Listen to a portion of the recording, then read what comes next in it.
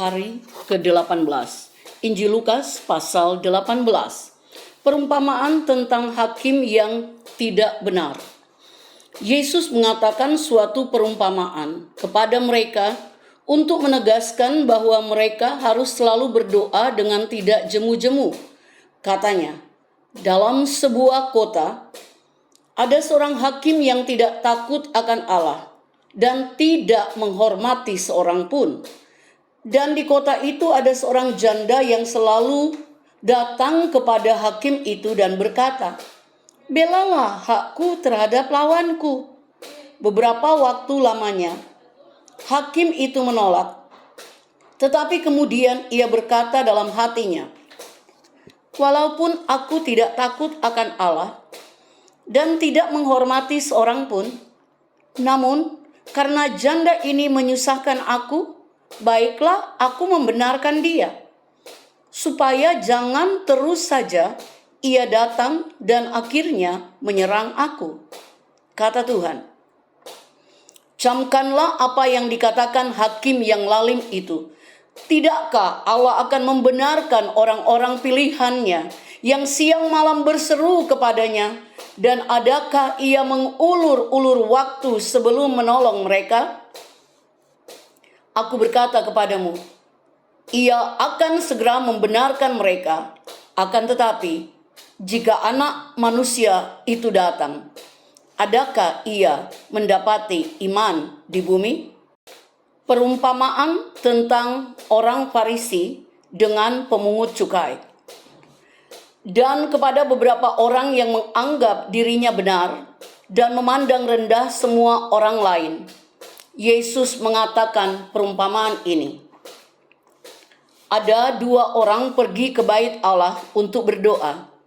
Yang seorang adalah Farisi dan yang lain pemungut cukai. Orang Farisi itu berdiri dan berdoa dalam hatinya begini, "Ya Allah, aku mengucap syukur kepadamu karena aku tidak sama seperti semua orang lain. Bukan perampok, bukan orang lalim, bukan pezina, dan bukan juga seperti pemungut cukai ini.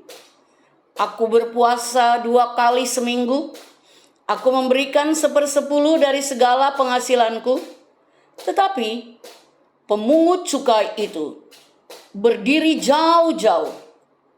Bahkan ia tidak berani menengadah ke langit, melainkan ia memukul diri dan berkata, "Ya Allah, kasihanilah aku, orang berdosa ini." Aku berkata kepadamu, orang ini pulang ke rumahnya sebagai orang yang dibenarkan Allah, dan orang lain itu tidak. Sebab barang siapa meninggikan diri, ia akan direndahkan, dan barang siapa merendahkan diri, ia akan ditinggikan. Yesus memberkati anak-anak. Maka datanglah orang-orang membawa anak-anaknya yang kecil kepada Yesus, supaya ia menjamah mereka. Melihat itu murid-muridnya memarahi orang-orang itu.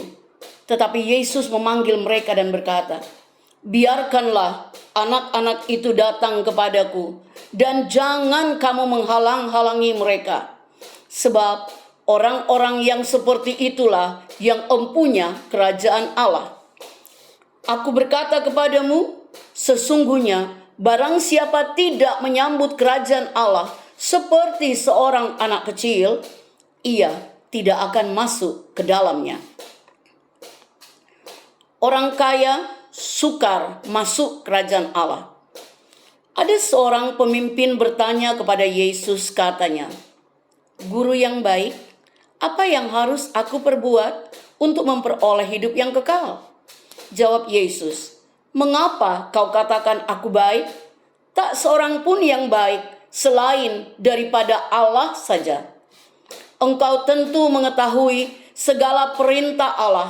Jangan berzina, jangan membunuh, jangan mencuri, jangan mengucapkan saksi dusta. Hormatilah ayahmu dan ibumu." Kata orang itu, "Semuanya itu telah kuturuti sejak masa mudaku." Mendengar itu, Yesus berkata kepadanya, masih tinggal satu hal lagi yang harus kau lakukan.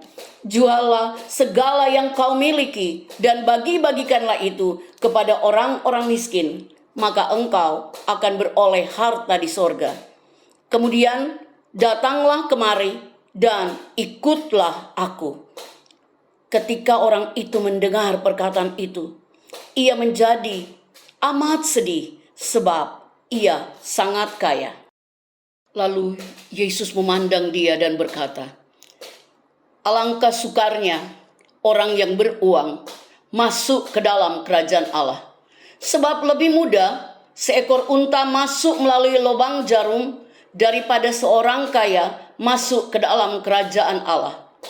Dan mereka yang mendengar itu berkata, jika demikian, siapakah yang dapat diselamatkan? Kata Yesus, apa yang tidak mungkin bagi manusia, mungkin bagi Allah.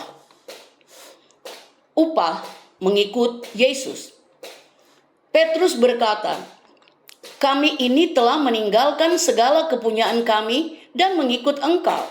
Kata Yesus kepada mereka, aku berkata kepadamu, sesungguhnya setiap orang yang karena kerajaan Allah meninggalkan rumahnya, istrinya atau saudaranya, orang tuanya atau anak-anaknya, akan menerima kembali lipat ganda pada masa ini juga, dan pada zaman yang akan datang ia akan menerima hidup yang kekal. Pemberitahuan ketiga tentang penderitaan Yesus. Yesus memanggil kedua belas muridnya, lalu berkata kepada mereka, sekarang kita pergi ke Yerusalem, dan segala sesuatu yang ditulis oleh para nabi mengenai anak manusia akan digenapi. Sebab ia akan diserahkan kepada bangsa-bangsa yang tidak mengenal Allah, diolok-olokkan, dihina, dan diludahi. Dan mereka menyesah dan membunuh dia, dan pada hari ketiga ia akan bangkit. Akan tetapi mereka sama sekali tidak mengerti semuanya itu. Arti perkataan itu tersembunyi bagi mereka dan mereka tidak tahu apa yang dimaksudkan. Yesus menyembuhkan seorang buta dekat Yeriko. Waktu Yesus hampir tiba di Yeriko, ada seorang buta yang duduk di pinggir jalan dan mengemis. Waktu orang itu mendengar orang banyak lewat, ia bertanya, apa itu? Kata orang kepadanya, Yesus orang Nazaret lewat. Lalu ia berseru, Yesus anak Daud, kasihanilah aku. Maka mereka yang berjalan di depan menegur dia supaya ia diam. Namun semakin keras ia berseru, anak Daud, kasihanilah aku. Lalu Yesus berhenti dan menyuruh membawa orang itu kepadanya. Dan ketika ia telah berada di dekatnya, Yesus bertanya kepadanya, apa yang kau kehendaki supaya aku perbuat bagimu? Jawab orang itu, Tuhan, supaya aku dapat melihat.